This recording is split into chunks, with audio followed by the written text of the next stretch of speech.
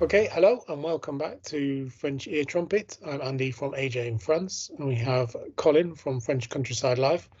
And we do these little videos once a week normally on just information about things we find interesting.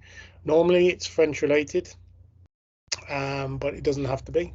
But today we're going to do a quick video on top tips or things we wish we'd have known or we find useful having now moved to France from the UK. So this would apply to people moving from USA, UK, or anywhere really. But things that if we had known would have made it easier, or something we'd like to have known before we even started, I guess. So what have you got for us, Colin?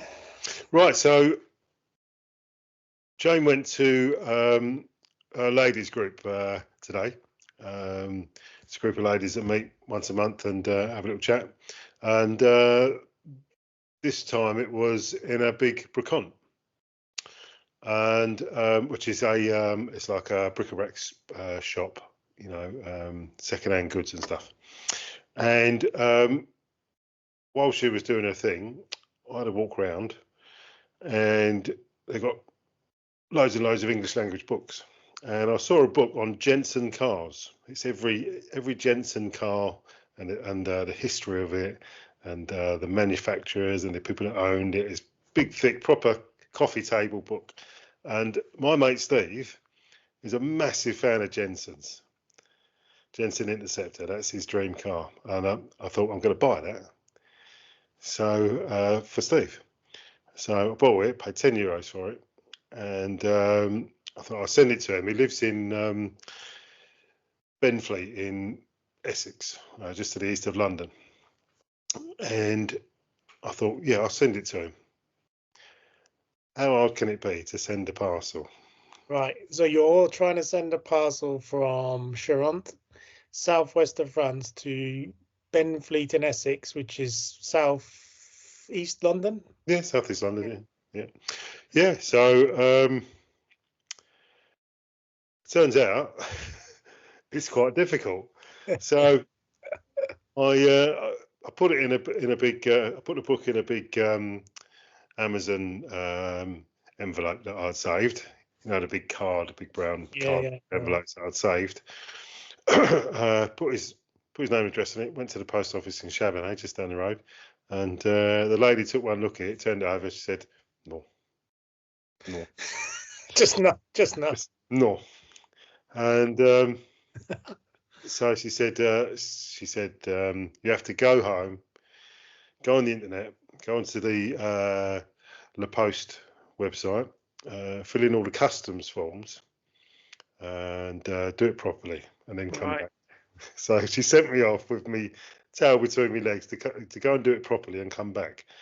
So it turns out that you have to fill in the customs form, which is 4 bits of paper that you slip into a clear plastic folder, folder, clear plastic envelope. Okay, you know those pouches. And you pay for your postage online. Right. And then you print off the label as well that you attach to the front. So on the back of the parcel, you got the 4 copies of the customs paperwork, and then on the front you've got the label that you print off. So anyway, so I worked my way through all of that. So €22.50 later. Wow. Yeah. So it's cost me €32 to send a €10 book to the UK. So I like Steve. I'm not sure I like him €32, but no. Did you ask him to pay the postage? So top tip. Since the B word, can we say Brexit? You know, we're probably going to have to do a whole episode on that. Yeah. So following Brexit, it's not as simple as sticking an envelope and send it. It's really involved, and it makes life really simple if you have a So this is the top tip. I got there in the end. The top tip is to have a La Poste account. La Poste is the nationalised, postal service in France, like Royal Mail used to be. Yeah. Or it'd be the US Postal Service, wouldn't it? Yeah, that's right. Yeah. Yeah. So have an account. An account with La Poste, yeah, definitely. Because It just makes life much easier online. That's an interesting one. And there are a lot of these problems going backwards and forwards from the UK. And we are talking about the UK because we're both from there. And I do travel to the UK very often. So I recently traveled there in the last week, and they've now brought in the import restrictions where you can't take meats and plants and stuff to the UK. Right. And that includes, because we all laughed about it at the time, European customs people taking the sandwiches off lorry drivers. Yep.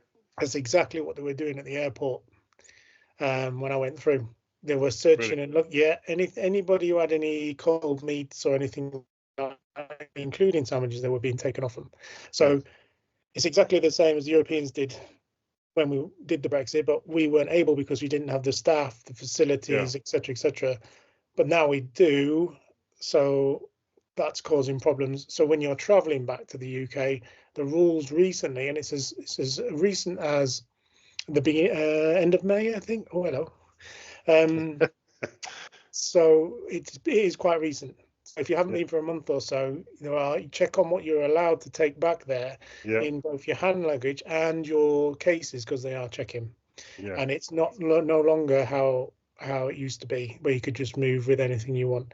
So you've got to be careful what you take back to the UK now. So checks are now being done, and they're also being done on vans and cars going back at ferry ports.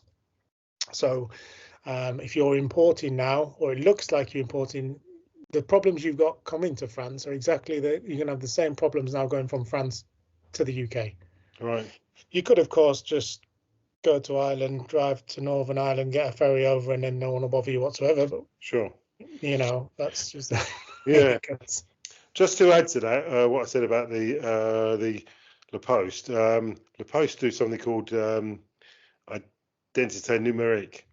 So should you have to identify yourself officially online, especially, the Post have an app that you set up, and you actually have to go into the post office with some separate ID to have it verified. But once you've got that, you can pretty much use that to identify yourself on all of the official French websites. Yeah. Okay. I suppose that leads on to always have a utility bill in your name, preferably an electricity bill. Yeah. Because you need it.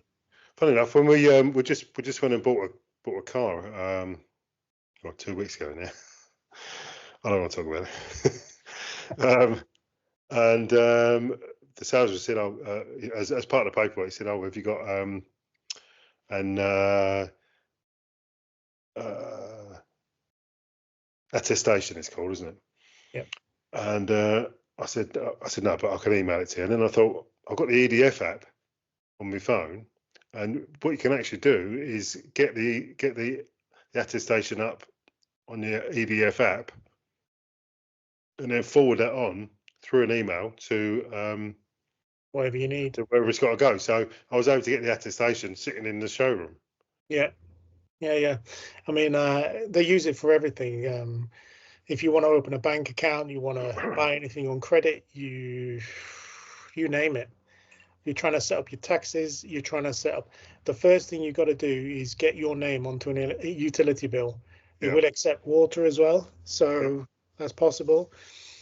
But I mean, that's one of the top tips, is get an electric bill in your name or joint names as soon as possible with your address on, because you're going to need it for literally everything. How do you feel about using the services of an admin assistant, so like a hand holder or someone that will help you navigate through the French bureaucracy system. Right, it's interesting. Yeah, they do exist, and if you're coming from far away, then I think that would be useful. People who are watching this might already be settled in France, and I just want to have a quick bring their attention to a website or a service which I don't know if you knew you had. I'm just looking on my website now, and it's called France Services, and it's france-services.gouv.fr, and that is a website which will help you arrange somebody to go with you in complex situations. No, So really? they have a bank, yeah, they have a bank of volunteers, and you put your postcode in. They have a bank of volunteers all over France. And if you put that you're English or speak English, they'll usually find you an English speaker. And we actually know of a couple of people who have used them, and they're brilliant, and it's free. That's amazing. I didn't know about that. No, and you can, for example, one would be if you needed to go to the local bank or tax office is a good one, and you really didn't know what was going on. They actually find someone who will help you, a volunteer who can help you, but they can also help you with other daily tasks like going with you to the doctors, making a doctor's appointment, finding a dentist, getting a That's dentist amazing. I never and knew again, that. that's all free, and it's the equivalent, but like upgraded version of the Citizens Advice Bureau. I don't know if you know people in England might recognise that. People are just Everybody knows the CAB in England, don't they? yeah. So, but this is like that, but it's staffed by volunteers in certain areas, and I reckon down in the Charente where you are, you're going to have loads of English-speaking ones because people do it to show that they can do it to volunteer to help the community, which they can use as evidence towards their citizenship if they want. So that it's a vital piece of service, really. I mean, can you imagine an elderly person who has to file a tax return? They don't really know what they're doing. They've lived there all their lives. Their other half did it and they've passed away. I can see that. Yeah, if they're trying to help, one of these people will help you out. They'll even come with you to doctor's appointments as well. To be honest, I do worry. Should I get squashed or mashed? How Jane would cope, because I do pretty much all of the admin, and that is a concern. You're right there. Yeah, definitely. Well, we'll try and put all the links to this in the description so anyone's watching.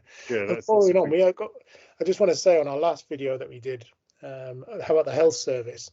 That's another top tip, wasn't it? About leaving a list or a predefined script to call for help, and the numbers of where you need to call for help by the telephone or by in the kitchen, for example, somewhere like that.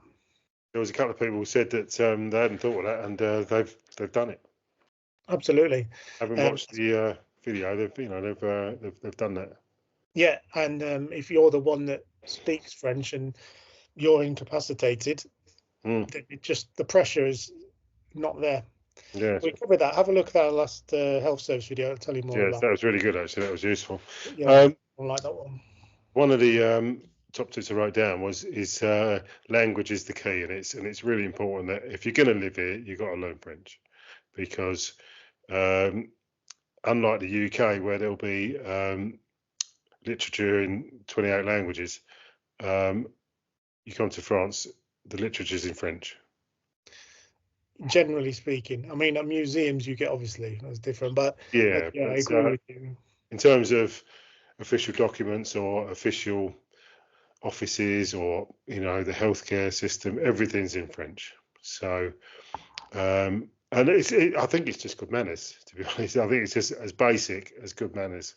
I remember I did a motorbike trip of France. I did several before I even moved here, and we were doing the Normandy beaches, and then we went to one of the V2 missile silos, and they'd just done it out inside. It was a spanking brand new museum, and they had lovely staff there and everything, and we're just queuing up to get in, and there was this English couple, older couple, and this young lady, French staff member, came out and spoke to them in English, and I would say her English was probably as good as my French is now, so it's not great, but you can communicate. Sure. And this guy, this English guy, sort of bent over towards her and said, "I think you should work on your English a lot more." And I What? just thought, oh, Yeah. Jesus Christ. And I said to her after, we're not all like that. No. Don't worry. I think that age is gone where you expect everyone to speak English. So, Yeah. yeah, language is Yeah. definitely the I key. remember going into the chemist in Lasso, and there was an old fella in the queue in front of me, and he was struggling to make himself understood. So I just offered my services for what it's worth. Just helped him out a little bit, and we sat down afterwards, waiting for the prescriptions, and he said, "Yeah, I've been here 14 years." I said, I felt like saying, "What, you've been indoors all that time?" I know people who have been here for 20 years who don't speak a word. It's just crazy. And they obviously got by, but Yeah, God knows how. I yeah, really don't, because, just simple things. But language is definitely the key. And yeah, another story. This is from many years ago when I first bought the house in 2012. I had to go and This is when you could go to your local tax office. You had to do everything. It wasn't online, and yes, I had books, everything written out what I wanted to say in French, and a French English dictionary, because the apps that weren't around then at all, and there was certainly no mobile data for me. So I went to the tax office, and the guy in front of me was English, and he was just literally shouting at this gent behind the counter, trying to make him understand, like talking really slowly and speak louder. loud. And I was like, oh, God, this is going to be super tough. And the guy was going, I don't, like, don't know. Yeah, Anyway, so he stormed off, and I got to the Gaelic, right? front, and I set all my stuff out, read through my prepared script, and he went, "No, it's okay. I do speak English." So if you do Brilliant. make the effort, Yeah, they're more brilliant. than happy to help, but definitely learn the language. That's for sure. Good. Next top tip: Go on. transport. So if you're in a rural area, which the majority of France is, I would say, that's a fair description. The majority of France is rural. Oh yeah, for sure, Yeah. for sure. So um, don't expect public transport. So you will need a car. We covered this kind of on the automobile video, That's but right. if you're looking at properties and you don't drive, or one of you doesn't drive, um, you need to take that into account, because the estate agent that sold our house up in Normandy, he sadly died shortly after he sold our house, and Yeah. his wife didn't drive. Wow. So yeah, she was. I don't know how she coped, but On that note, taxis are expensive. yeah, huge. They're all lovely cars, but you can see Oh, why. and they're few and far between. So Mm, you can't be in the middle of Brittany and get an Uber. I mean, in no no, way. It it's proper rural, and not just if you don't drive, but if you're unlikely to drive. And what I mean by that is, do you have any health conditions that will prohibit you from driving in the future? mm, Uh, you've got to factor it in. You yeah, really have, absolutely, yeah, yeah, because it's very hard to get, and then you become isolated. yeah, yeah. But there are services, if you go through that website we've already mentioned, Mm, where you can get someone to go and drop in on loved ones. In fact, I'm pretty certain the post office have that service. So okay. you can request that the post office or the postman goes in and has a cup of tea, or just checks on the welfare of someone. I should have asked them to come in and help me fill in all them customs forms, shouldn't I? I don't think they do that, Do they not? but they'll just, like, if you've got an elderly relative, you can Right. ask for that. Actually, I don't know if you know this as well, but the gendarmerie, the local gendarmerie, if you're going away for a long period of time, you can tell them, and they will send a patrol regularly. It Yeah, might just be once or maybe twice to check the property while you're away. yeah. And if anyone's there, they'll question as to why they are there. Mm, I know that's that good. that is definitely a service you Yeah, can do. that's good. All right. So moving on. Do you want to propose a top tip, or do you want me to carry on? I have another website actually, Okay. which is now worth mentioning because it does, and not many people know about it. Because you mentioned learning Okay. French, so there is if you move from one region of France to another, Yes. for example, and you don't know anyone there, Yep. they actually have a service called AVF, Accueil des Villes Françaises. Okay. And it's for new people in that location, French, English, it doesn't matter who, it can be anybody. And there's a website, and that's at avf.asso.fr.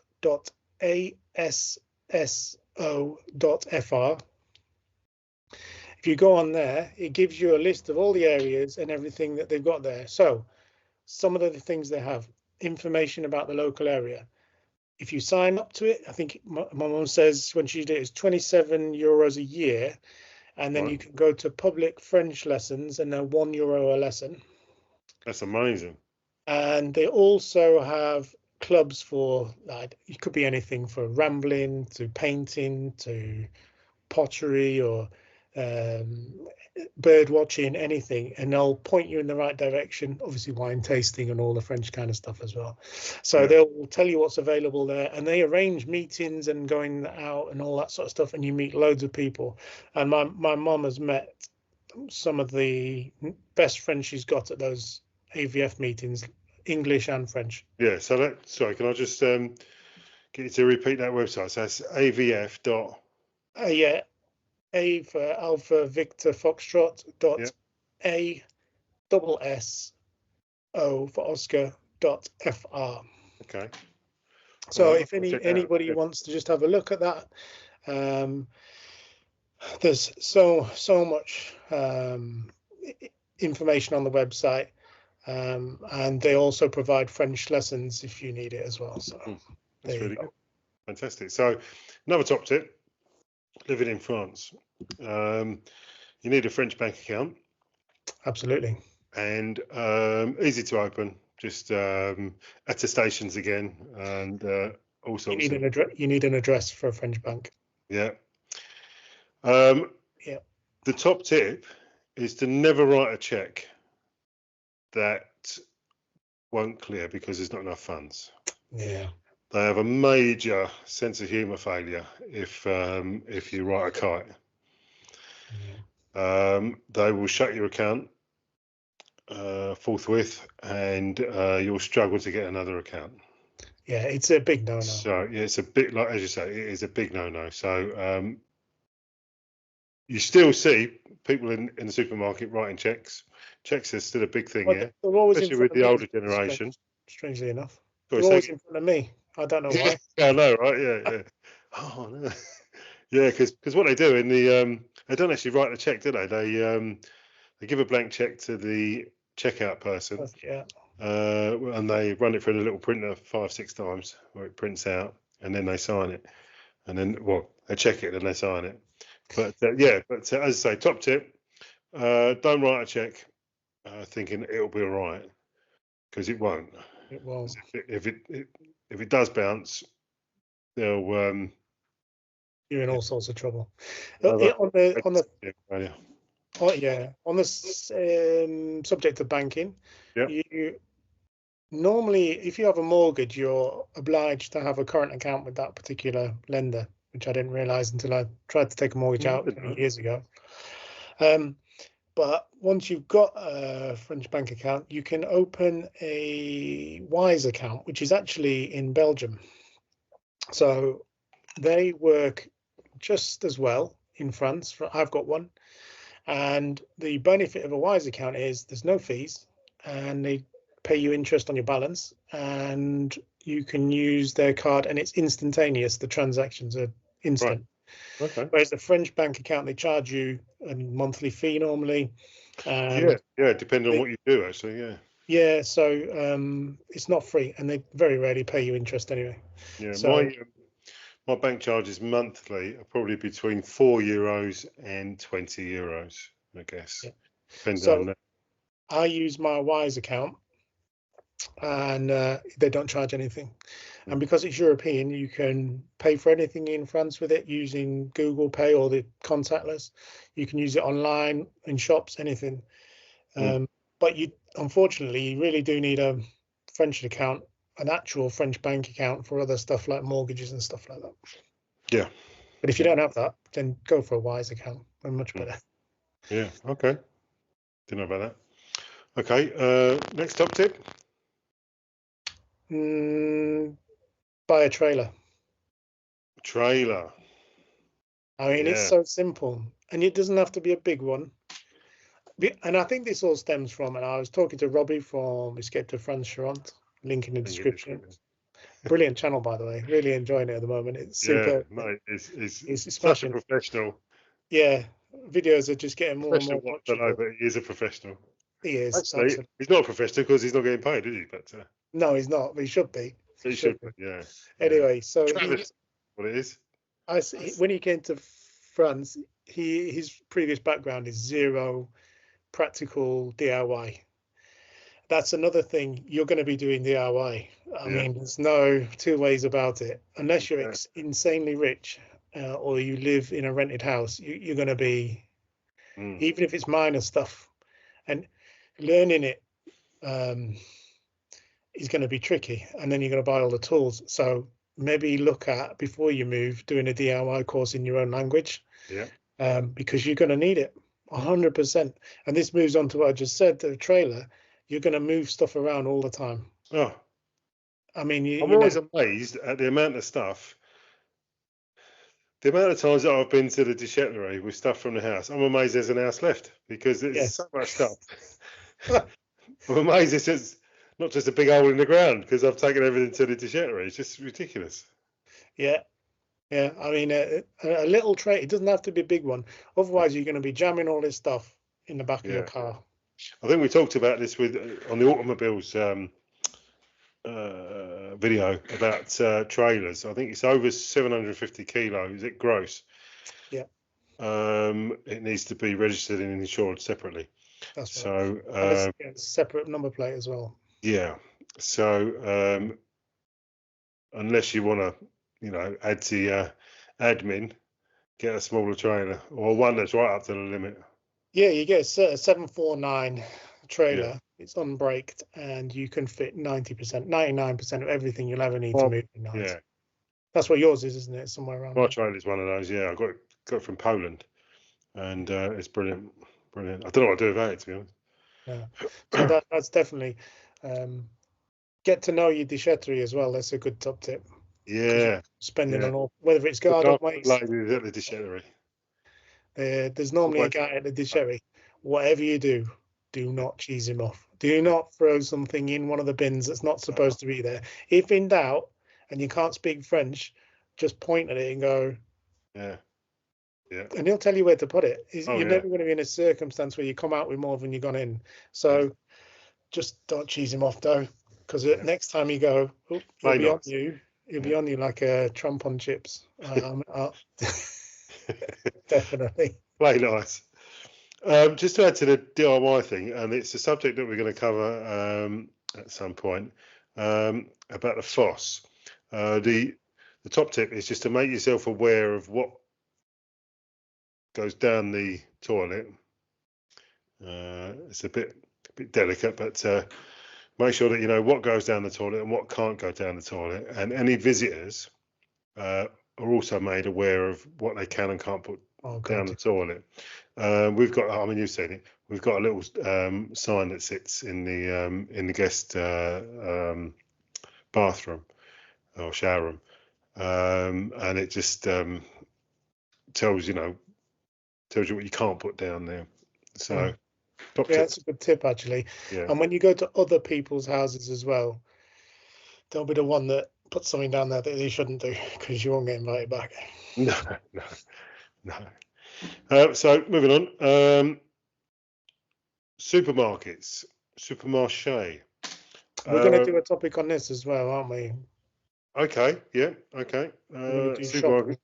Yeah. Shopping. You're right. But the top tip is just to be aware that there's a wide variety of prices, going from the cheapest is probably Lidl and Aldi and Leclerc, going right down to Super U, which is probably the most expensive. Yeah. Of course, the one that's closest to me is Super U, isn't it? Of course it is. Of course, right, yeah. Yeah. So yeah, just be aware of when you do pitch up at a place, that you bought. Have a look round and don't just go to one supermarket. But once you find a Leclerc, or you find one that suits you and is appropriately priced, the store loyalty cards are really, really good here, I found. Ah, yes, I've just bought something on that actually. Okay. Yeah, I've got an app on my phone for Leclerc, and it's so good. It's so good. You can get some really good bargains. And from what you were saying, look out for the times they have the gazebos in front of their shops. Yeah. Because they have some excellent bargains in there. I mean, I've done a video about fitting a pergola to my mum's patio. She wanted a. I remember it. It's a good video. Yeah. And I looked. Adjustable ones, weren't it? Yeah, the lues are on the top, but it's completely waterproof in the rain as well, which I didn't realise until I'd fitted it. Anyway, so I was in Leroy's, one of our favourite stores as well,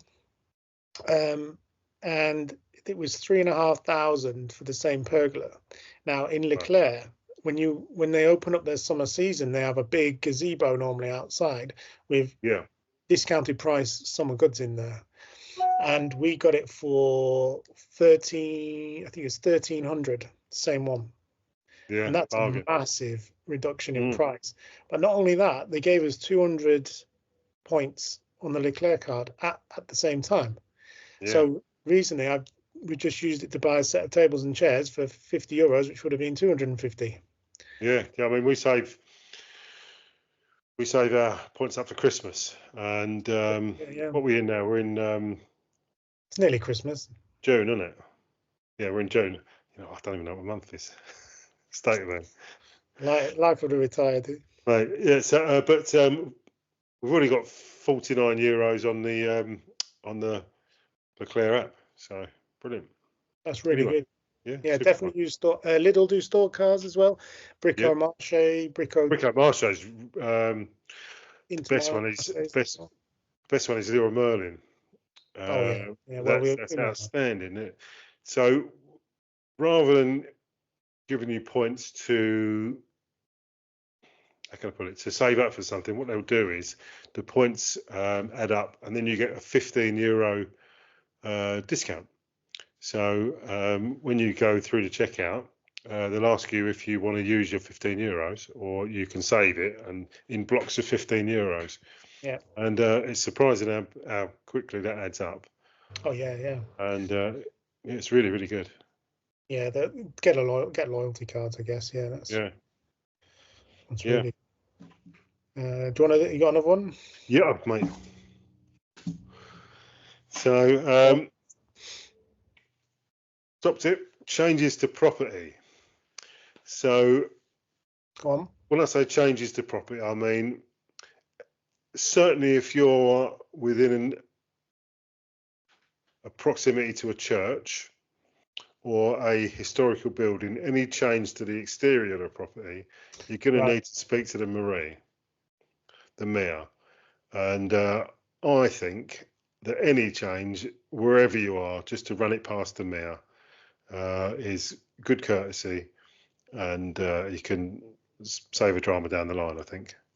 What are your thoughts on that? I agree with you completely. And the rules are actually very complicated, but they sometimes work in your favour. And I can give you 2 examples of that. I've recently got an architect friend who lives near me. If anyone lives between Nantes and Rennes in that region, and you want a really good English-speaking architect, give me a call and I'll hook you up, because he's brilliant. And he knows all the rules and regulations, and he can also do the level tests for the septic tanks and foss. So I've recently had mine done because I'm fitting a new fosse. So we'll get onto that when we do the episode. Yeah. But in regards to changes to the property, there's a lot of stuff you're allowed to do, but you'd think you weren't allowed to do. And there's a lot of stuff you think you were able to do, but you just can't. And one of those is putting solar panels on the roof. You need planning permission for that as well. So anything that changes the exterior, but if you want to renovate your loft, for example, you need permission. You want to put a roof light in, you need permission. But if you want to build a wall with a massive gate and it's more than 2 meters onto your property, you don't need permission.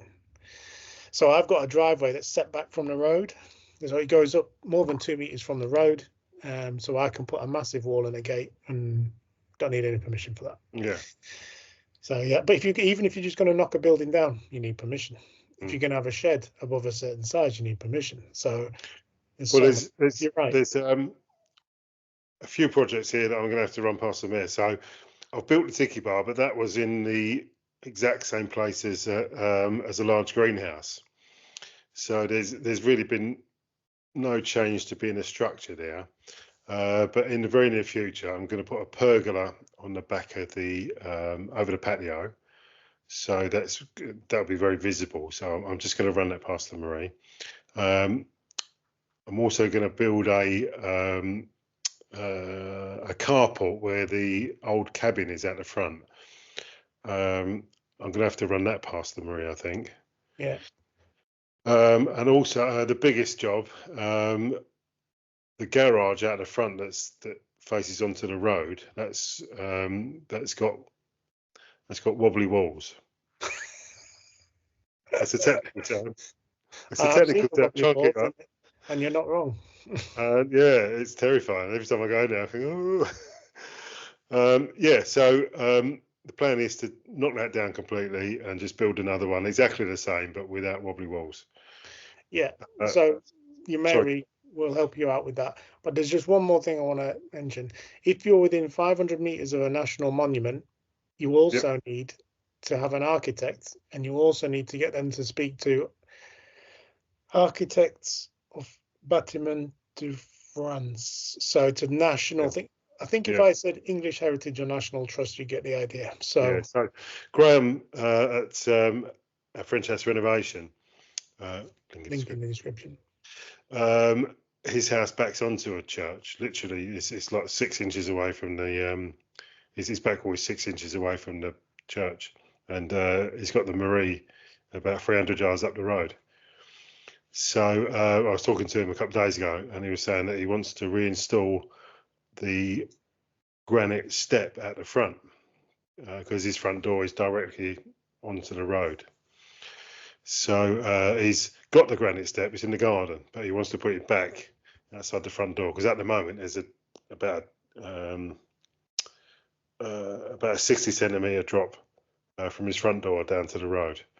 And he said he's going to have to go and speak to the Marie and, take instructions from him how to go about reinstating that. Yeah. But I think this is a top tip: is your Mary will help you with anything. They really will. And this is a circumstance where you could maybe go onto that first website I mentioned and arrange for someone to come and help you. And the volunteers will come and help with speaking with the Mary if you're not good enough to do it.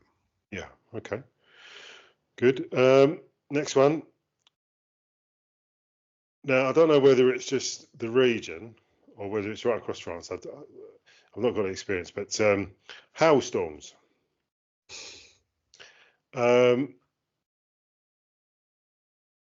The hailstorms are really destructive. We've got some friends down in Riberac, Kath and Pete, and they're just getting the damage put right and recovering from a massive hailstorm that smashed all their roofs up and destroyed their car. We had one last, I think it was, I want to say September, and the car is in right now as we speak being repaired, which is the reason for I'm going to build a carport at the front, because driving around after that I did notice that a lot of people have got carports. Yeah, Yeah, they do. Mainly for the sun, keep the sun out. Yeah, that Because makes it sense. melts the inside of your car normally. Yeah, It's really yeah, hot. yeah, But yeah, they do have massive hailstorms. And I remember watching your video going, oh my goodness, smashed right through the gutters, completely yeah, totaled your car. Unbelievable. yeah, Unbelievable. It must have been a frightening experience. yeah. I mean, the one that Kath and Pete had in Ribrac, I went down there shortly afterwards, and when I walked down to the laundry to get some pastries and some bread, walked past a garage on the corner, and I filmed it. And there must have been 20 cars in there. There was a brand new Porsche, brand new. You just tell it was brand new, smashed up. It was like someone had. It was just like someone had taken a ball peen hammer to it, Oh, wow. and every single panel, all the windows are smashed. The cloth roof was all destroyed. Just unbelievable. The amount of damage, the power of it. Wow. Yeah. So anyway, just be aware of that. Yeah. Personal experience from the other. Yeah. Yeah. Get to know your neighbours is a good tip. Good one.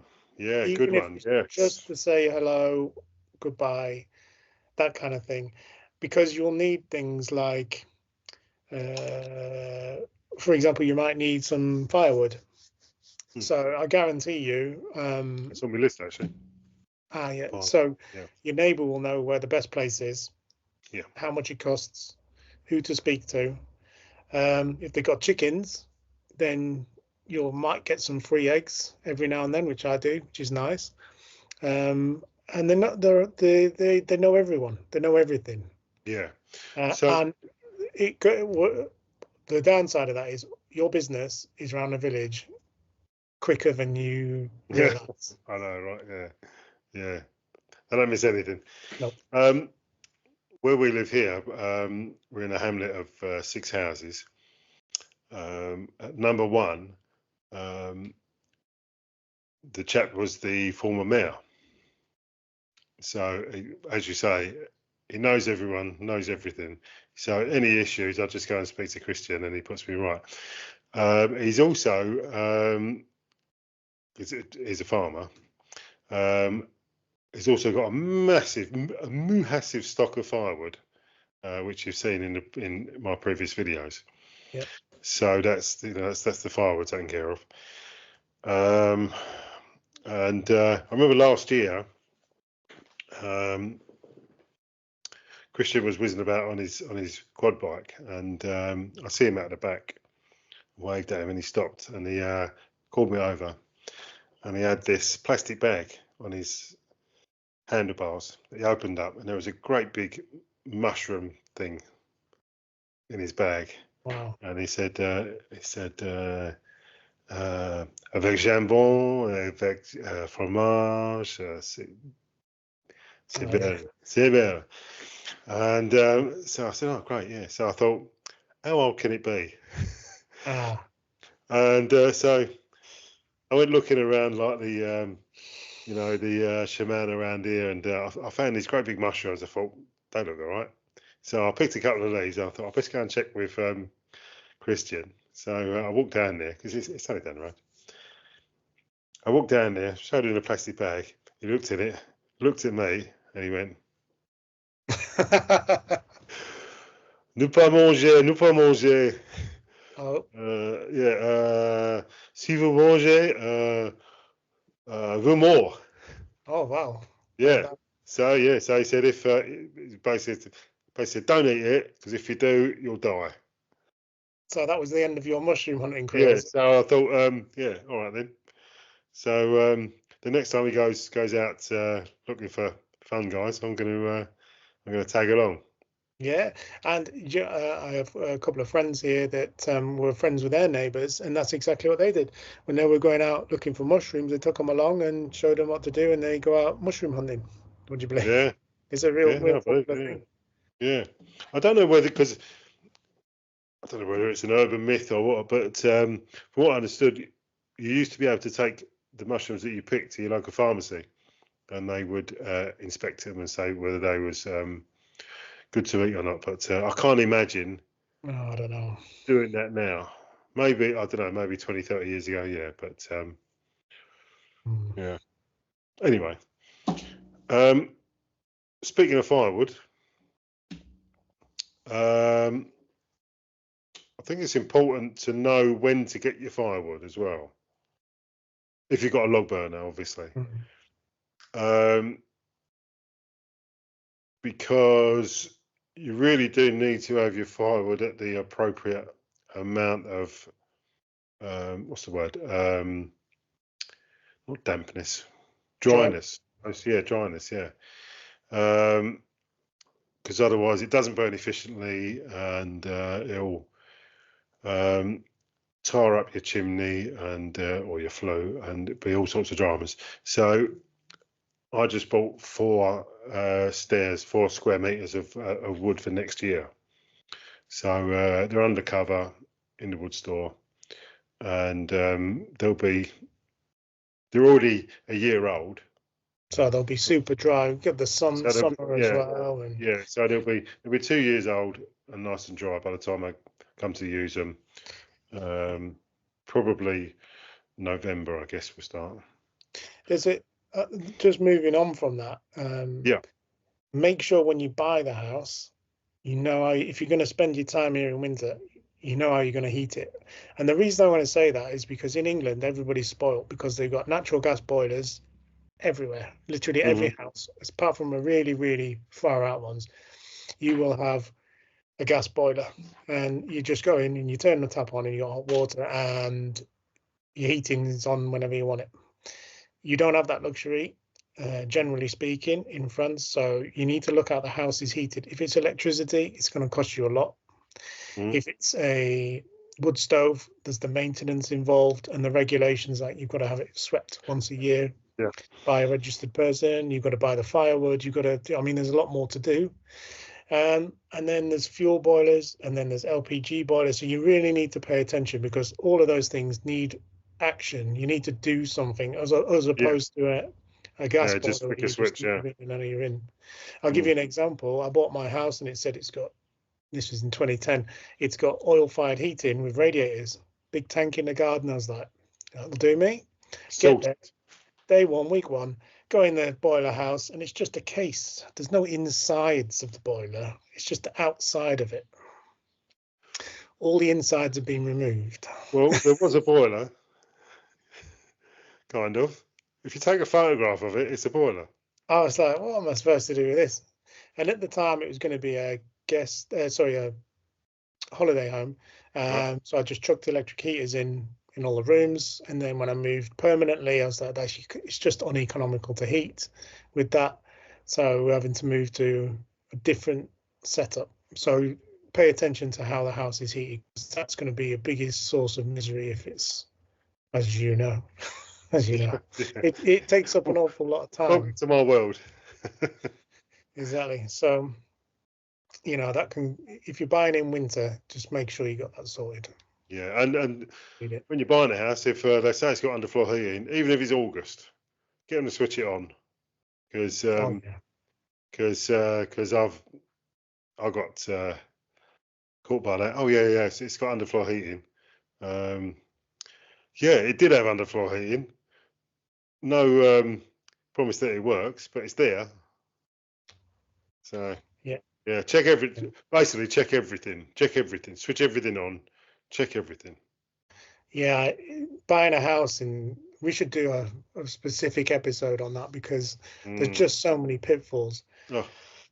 When you're getting people to do work, another tip: try, if you get registered did we do it? No, anyway, get registered artisans if you can for bigger jobs, because the protections are there. So we've actually got my brother coming on a future episode and he's going to tell us. Yeah, tell us how to deal with artisans, because he's got a French company that does building work. So he'll tell you what to look out for, how to make sure everything's done right. The whole process going from the Devi to finishing the work and how to take advantage of the decennial insurance if needed. So he'll give us all information on that, which that'd be hopefully really good. Yeah, that'd be really good. So I just wanted to explore your experience of this. So from what I understand, right, if you get invited to dinner at a French person's house or French couple's house, what's the appropriate not way to behave, but way to approach it? So from what I understand, you bring flowers for the lady of the house, but if you bring wine, what you're saying is that the wine that the host is providing isn't good enough. So I think it's a bit of a social minefield. So what's your experience of it?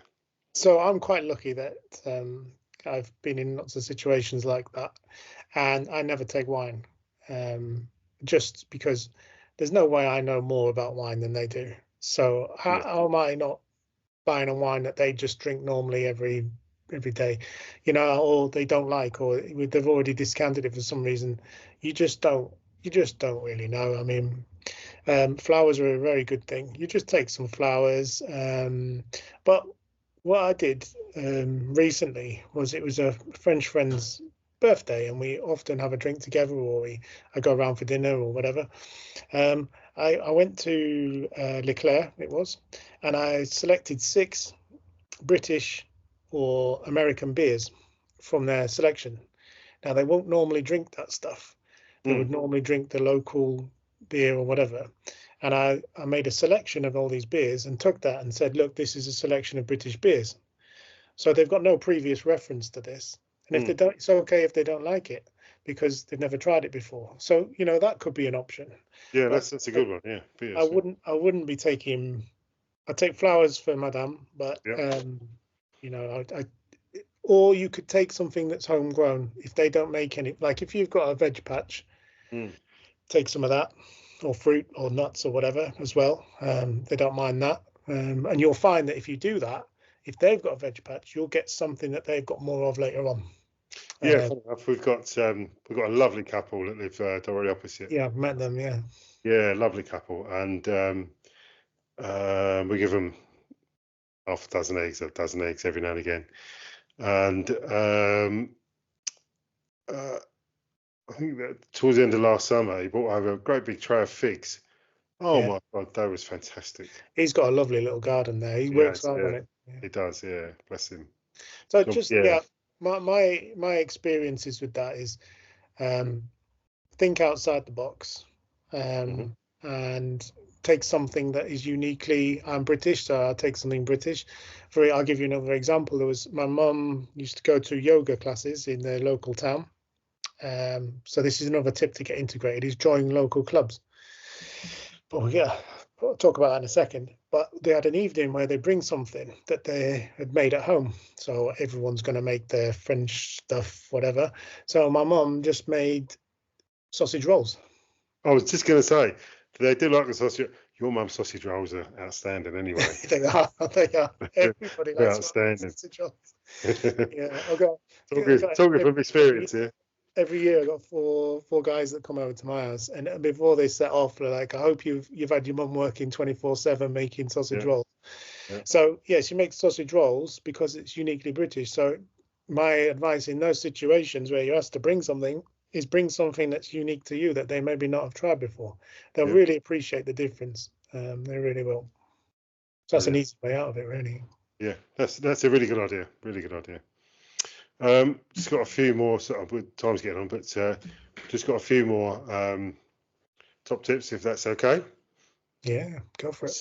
So, a bit of a niche subject, but if you're going fishing here, it's really important that you get a license.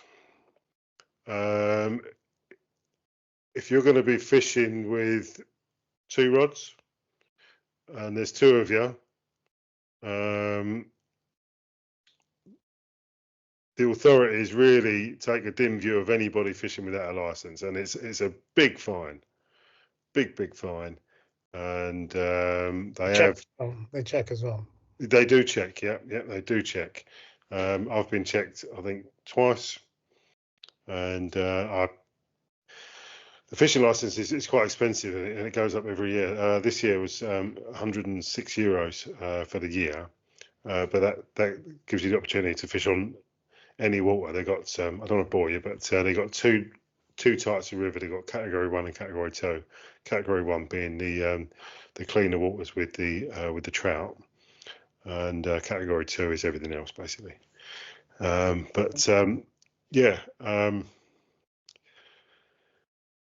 If you're going to be fishing, you can get weekly licenses or daily licenses and so on. So if you're just over on holiday, you can get a fortnightly one. But if you're going to be living here and fishing is your thing, definitely get a license, because you will get checked and you will get found out. No, that's a good one. I like that one. I think my next top tip is get some French friends. Things become so much easier. I mean, so much easier. Like I've got a very good friend of mine, neighbour of my mum's, and we spend a lot of time together.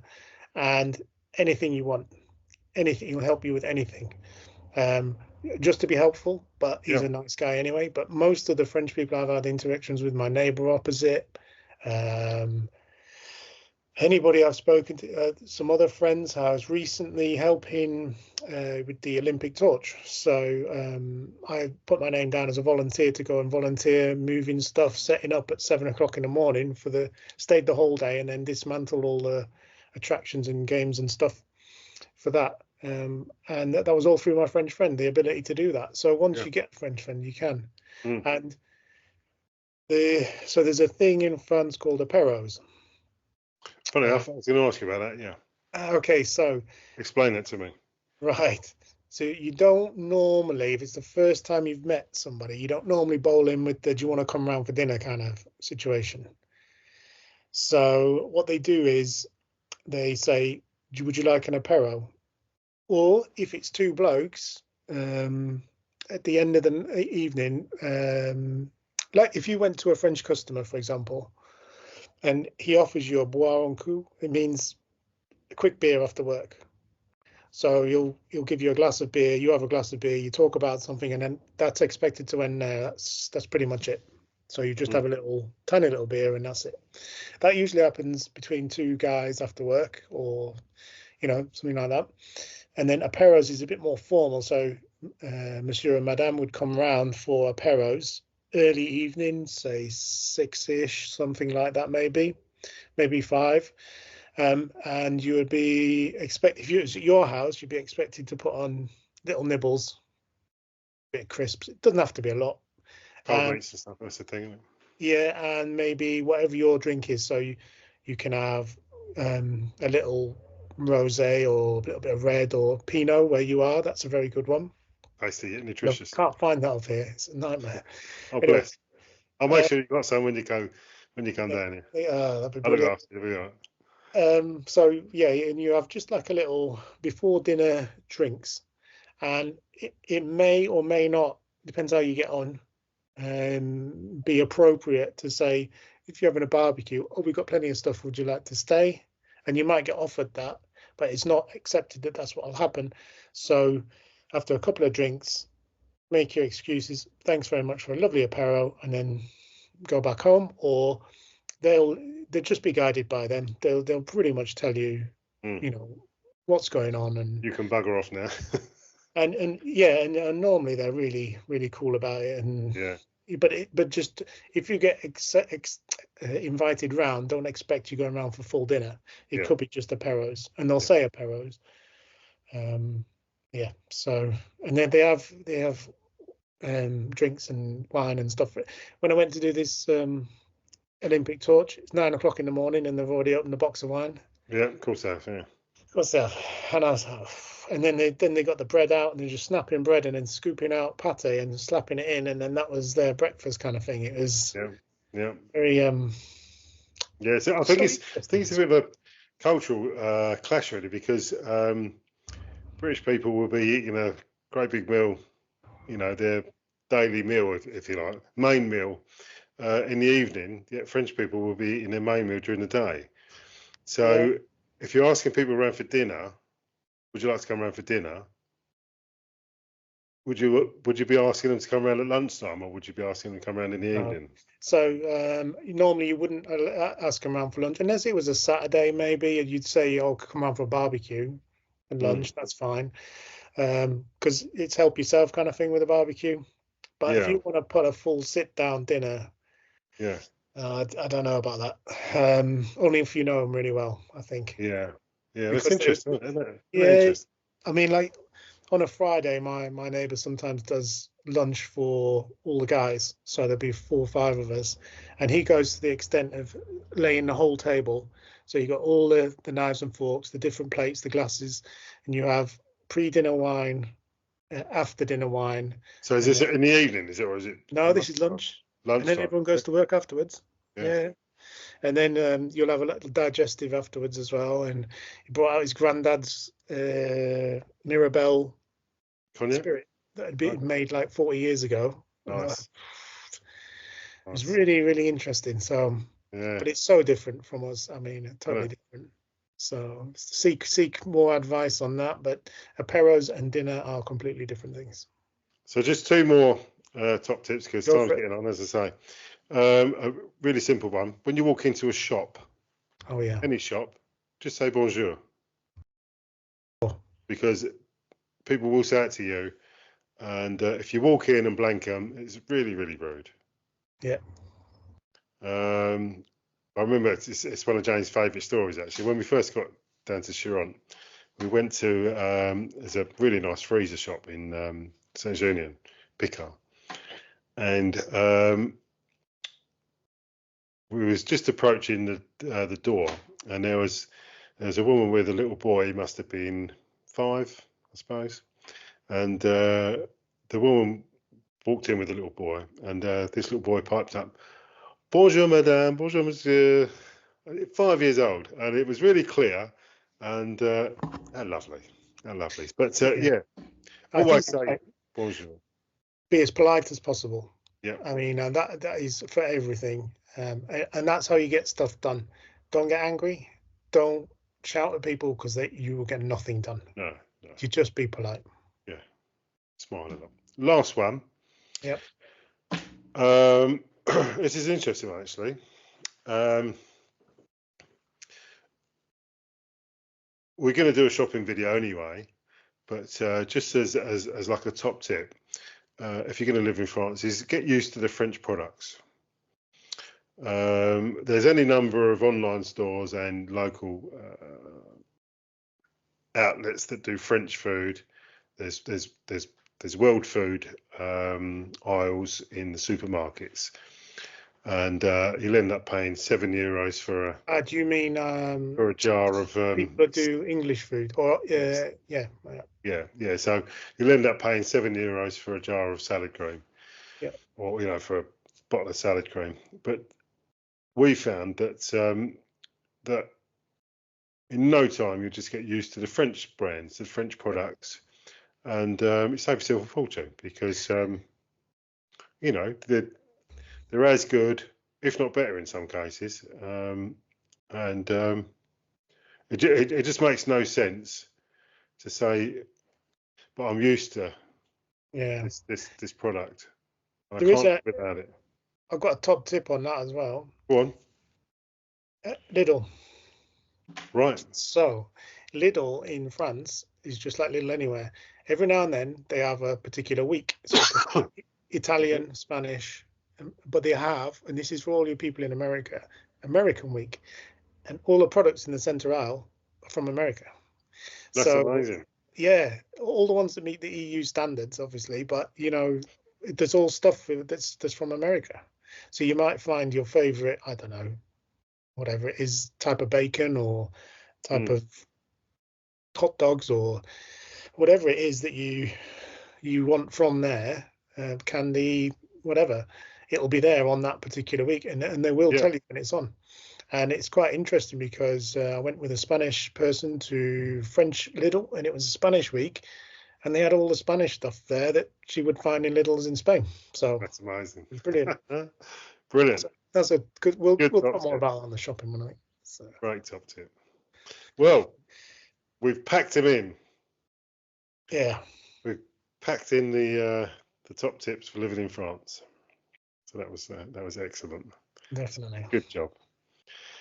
Okay, so do you want me to round things up? Yeah, why not? Okay, so thank you so much for watching. It's very much appreciated.